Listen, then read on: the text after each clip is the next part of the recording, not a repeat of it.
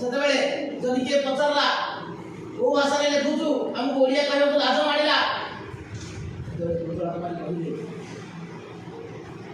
କୁନ୍ତଳା କୁମାରୀ ସେତେବେଳେ କହିଲେ ଓଡ଼ିଆ ବୋଲି ତୁ ମନେ ଗର୍ବ ବହି ଚାଲରେ ଟେକି ତୋ କଥା ରୀତି ମନେ ମନେ ଗୁଣି ହଉଥା ପୂର୍ବ ପୁରୁଷଙ୍କ କଥା।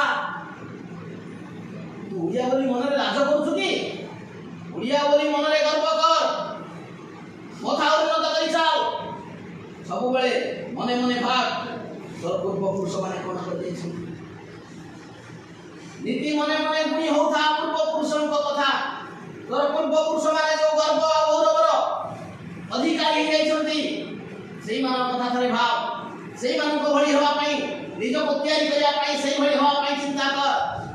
ତାହେଲେ ଆମ ଓଡ଼ିଶା ଆଜି ସାରା ବିଶ୍ୱରେ ସ୍ୱତନ୍ତ୍ର ଆଉ ଉଚ୍ଚ ସ୍ଥାନରେ ଅଧିକାରୀ ହେଇପାରିବ।